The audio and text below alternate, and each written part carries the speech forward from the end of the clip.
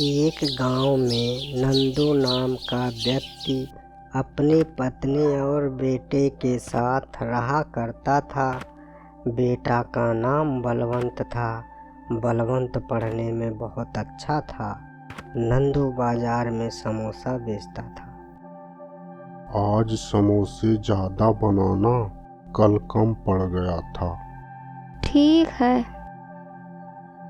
दोनों सुबह से ही समोसे बनाने की तैयारी करते और फिर नंदू ठेला लेकर बाजार में चला जाता। नंदू के समोसे बहुत मशहूर थे। दूसरे गांव के लोग भी समोसा खाने के लिए नंदू के पास आया करते थे। नंदू भाई, जब भी मैं इधर से जाता हूँ तो आपकी समोसे की खुशबू हमें खींच लाती है। 2 समोसे देना। लो भाई, ये सब आप लोगों का प्यार है, जो आप लोग उतनी दूर से हमारे पास आते हैं। 2 समोसे भाभी के लिए भी पैक कर देना और साथ में थोड़ी चटनी बढ़ा देना। आपके समोसे की बहुत तारीफ करती है। हा हा हा हा। इसी प्रकार से समय बीतता गया। नंदू का बेटा बलवंत की पढ़ाई पूरी हो जाती है। सरकारी नौकरी की तैयारी करता है। काफ़ी दिन बीत जाता है, उसे नौकरी नहीं मिलती है। बेटा, सरकारी नौकरी के पीछे तुमने कितने साल बर्बाद कर दिए, और क्या भरोसा कि नौकरी मिले या ना मिले। जब तक नौकरी नहीं मिल जाती तब तक अपने पिता के काम में हाथ बटा दिया करो। माँ, तुम क्या कह रही हो? मैं इतनी पढ़ाई करके अब पापा के साथ समोसे बेचूं? बेटा, इसमें बुराई ही क्या है?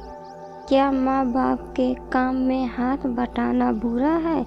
बेटा, तुम्हारे पापा पूरे दिन अकेले ही पूरा काम संभालते हैं। तुम उनके साथ में रहोगे तो थोड़ा उनको आराम मिल जाएगा।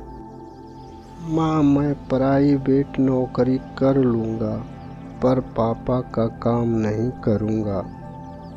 ठीक है बेटा, जैसी तुम्हारी मर्जी। हम तो तुम्हारे भलाई के लिए कर रहे थे।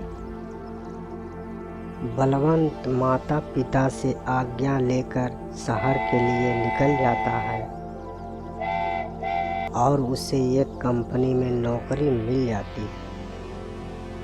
1 साल बाद बलवंत घर आता है। बेटा, अब मुझसे अकेले काम नहीं हो पाता। मेरी बात मानो, तुम भी मेरे साथ में काम में हाथ बटाओ। शहर में नौकरी करने से अच्छा है कि गांव में ही काम कर लो। नंदू की बातें अब बलवंत के समझ में आ गई थी और वह पिता के साथ काम करने के लिए राजी हो जाता है। नंदू अपना हुनर अपने बेटे को सिखा देता है। बेटा, एक बात हमेशा याद रखना, कभी भी ज़्यादा मुनाफा के चक्कर में घटिया और मिलावटी चीज़ें लोगों को मत खिलाना। ठीक है पिताजी, मैं कभी भी अपने ग्राहक के साथ कोई छल कपट नहीं करूँगा। हाँ बेटा, ग्राहक भगवान के रूप होते हैं। पिताजी, मैं सोच रहा था समोसे के साथ जलेबी भी बनाना शुरू कर दूं। हाँ बेटा, तुमने तो मेरे दिल की बात ही कह दी। बलवंत को अब अपना काम करने में अच्छा लगने लगा और खुशी खुशी अपना काम करता। बलवंत ने सारी जिम्मेदारियां अपने ऊपर ले लिया।